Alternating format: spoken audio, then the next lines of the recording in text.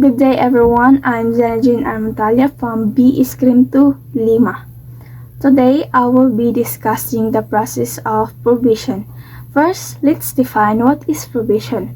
Provision under PD 968 or the Adult Provision Law of 1976 is mo siyang nag-define sa provision as a legal arrangement or disposition wherein ang katong mga nahatulan o guilty na mga tao is di allowed to stay out of jail pero dapat na sila i-follow ng mga rules and conditions set by the court. On the other hand, the RE 10707 or the New Provision Law of 2015 is sila ang nag-define sa provision as a privilege granted by the court sa usa ka convicted of criminal offense to remain in the community instead of going to jail. Okay, so let's proceed to the process of provision. But before that, in applying of provision, dapat na kaning duha ka qualification. First is dapat convicted ka, then secondly is dapat ang imong sentence is not exceeding 6 years. After sa imong conviction is na kay 15 days reglementary period. Within 15 days dapat daw maka-apply na ka or maka-file na ka for application for provision. Kay if mulapas daw na, di daw ka pwede maka-apply for provision. Then napod tayo gitawag nga provisional remedies, mautong upat. First is the new trial, second is the reconsideration, third is the appeal, and lastly is the provision. But usually, ang ginagamit lang nato nga provisional remedies is duha lang, si appeal o si provision. Since ang atong topic man diri is all about provision, mag-focus ta diri sa provision. Then afterwards ani is si petitioner is mag-submit siya application dito kang trial court. Kung mayon tag petitioner mo siyang mga convicted defendant nga nag-file for application para provision dito sa korte. Then, afterwards, is, naman siya, nagsubmit na siya. Iyang sentence dahil na is temporarily suspended. Kaya pwede man siya mag-bail or recognizance. Pag may tag-bail, kung sabi saya pa, mo siya ang piyansa. Then, if wala ka ikapiyansa, is pwede ka mag-file for recognizance. Or, mo siyang mga government official nga under oath or kanang nanumpa sila nga kaninga tao is ibalik nila pag-hearing. So, humana na siya. Musunod na po si prosecutor. Si prosecutor is maghatag siya og comment within 10 days dito kang trial court. Then si trial court dayon is mag-issue din siya og referral order dito kang probation office which is si PPO or si Chief Probation and Parole Officer. Then si PPO is mag-delegate down siya og investigating officer or mag-assign siya para mag-conduct og PSI or post-sentence investigation within 60 days. Then dira sa 60 days is naa siya gitawag na initial interview which conducted within 5 days. Then afterwards if katong petitioner is dili mo appear within 72 hours, ang matawag saya is absconding petitioner. Then, if mo appear man siya is mupirma siya o waiver cam authorization nga nagpamatuod nga pwede kuhaon ng iyahang sugot siya nga pwede kuhaon ng iyahang collateral information. Then, kung may tag collateral information, mo na siyang mga personal knowledge sa usa ka petitioner gikan sa iyang mga friends, family, and peers or relatives. Then, ang PSI or post-sentence investigation is na siya 2 types. Moto siya ang full-blown courtesy investigation in which ilahang kwaon ng imong background or kwaon sa mga investigating officer ang imong tibok background sa imong kinabuhi or life. Then, ang sa isa ka type is moto siyang partial courtesy investigation in which ang investigating officer lang is manguha lang sila og certain background sa imong life.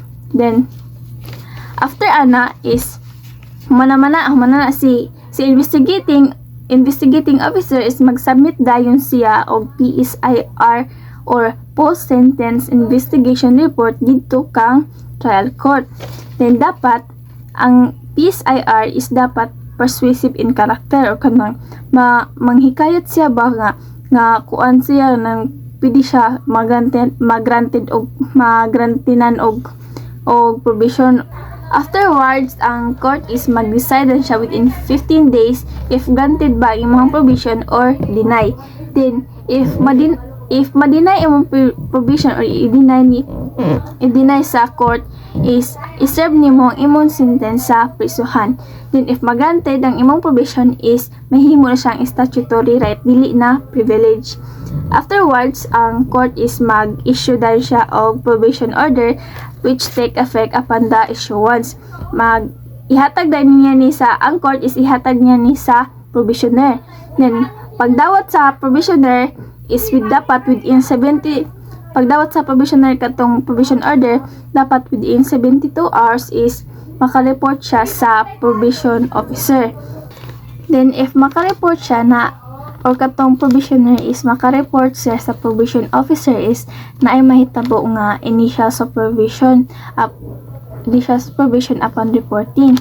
Then afterwards si provisioner is magareport na siya every once a month kang probation officer. Then if dili siya magareport is ang court is maghatag siya og violation report.